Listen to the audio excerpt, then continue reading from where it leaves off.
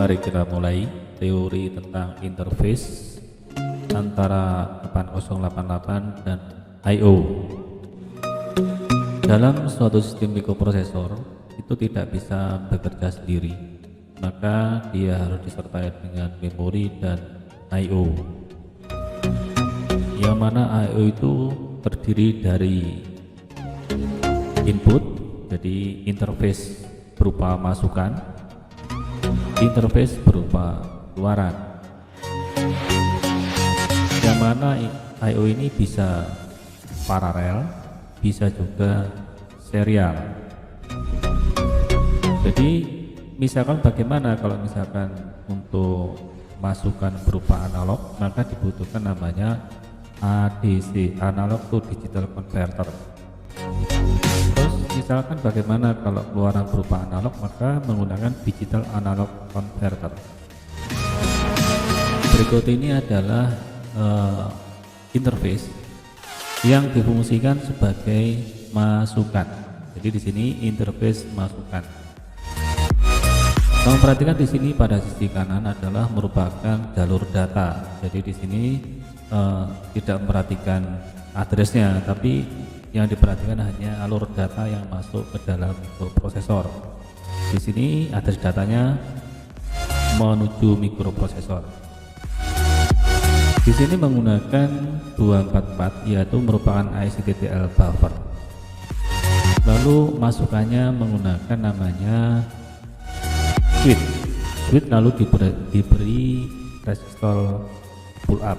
Jadi masukannya berupa switch aktif low bila mana terhubung, lalu diberi resistor pull up. Fungsinya untuk memastikan bahwasanya nanti logik yang masuk nanti adalah high atau low. Ini contoh sederhana, sebuah data masuk ke dalam mikroprosesor melalui data bus, lalu ke mikroprosesor diulang. Lalu berikutnya adalah interface berupa keluaran.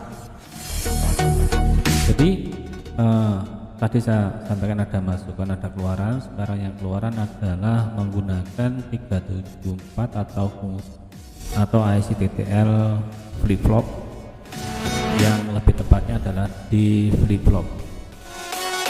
Di sini yang sebelah kiri adalah jalur address data.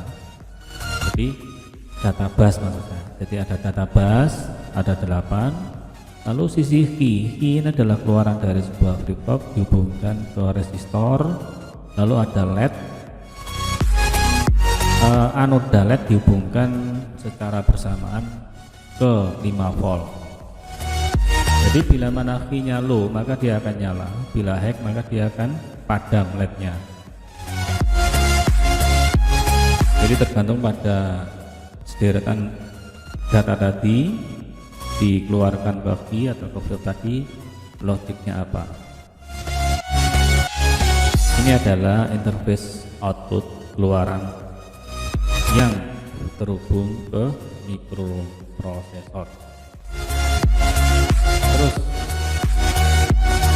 untuk bagaimana bisa mengeluarkan binary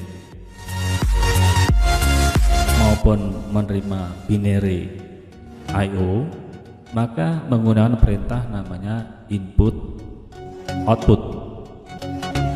Jadi dalam bahasa assembly itu ada dua perintah, yang mana yang satu ini itu berarti menerima data dari masukan, sedangkan out itu adalah mengeluarkan binary dari mikroprosesor menuju ke device keluar.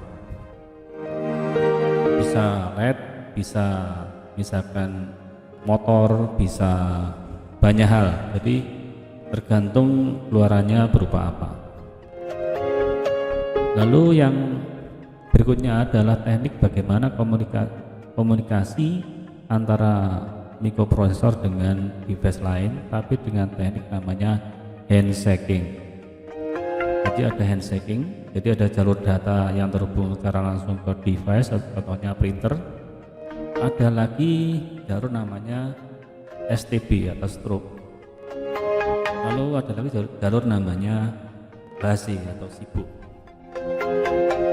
Jadi fungsinya apa? Fungsinya adalah untuk memastikan bahwasanya komunikasi data atau data yang dikirim itu akan benar, tidak berubah dari apa yang dikirim dari komputer. Karena ini sifatnya datanya satu arah, kalau tidak ada kontrol maka akan mengakibatkan data yang dikirim bisa salah. Untuk itu ada struk memberitahu bahwasanya si mikroprosesor mau mengirim data, lalu base ini memberikan sinyal apakah kondisi printer itu sibuk atau tidak. Demikian materi hari ini.